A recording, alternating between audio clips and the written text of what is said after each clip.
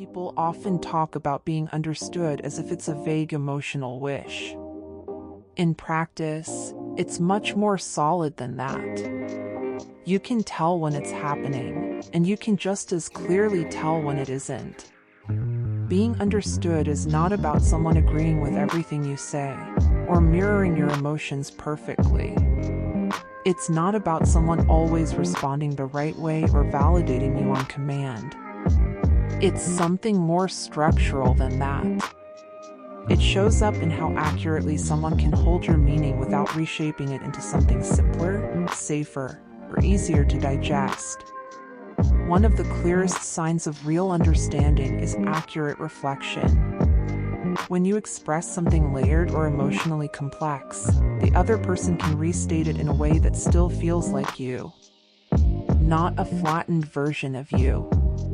Not a moralized version of you. Not a corrected version of you. Just a recognizable translation of what you actually meant. If someone consistently misses the meaning of what you're saying, even if they're polite about it, they're not reading you deeply yet. Closely related to that is the ability to respond to the core of what you're expressing rather than its surface.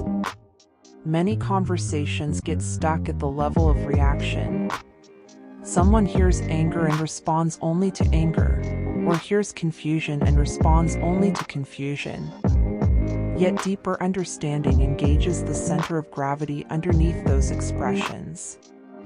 It recognizes that emotion is often a signal, not the full message itself.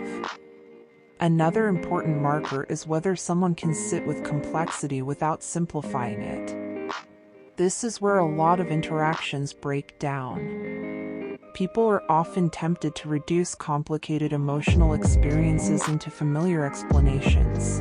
That's just how people are, or you're overthinking it, or they probably didn't mean it that way. These kinds of responses can mean well, but they often erase the nuance of what is actually being communicated. Real understanding doesn't require simplification to be manageable. A simpler sign is whether someone rewrites your intent. This happens when a person substitutes your meaning with their interpretation of what they think you must have meant. Sometimes it shows up as assumptions about arrogance, insecurity, or motivation that were never actually stated. Occasional misunderstanding is normal in any human interaction. Yet when someone repeatedly replaces your intent rather than asking for clarification, it usually indicates they are not actually reading you at the level they think they are. Consistency matters too. People who understand you do not dramatically change how they perceive you depending on the moment. They don't treat your emotional depth as engaging one day and overwhelming the next day without reflection. They have a stable sense of who you are across different contexts and moods. Without that stability, connection begins to feel unpredictable and disorienting, so they'll eventually distance themselves. Curiosity about your internal logic is another key indicator.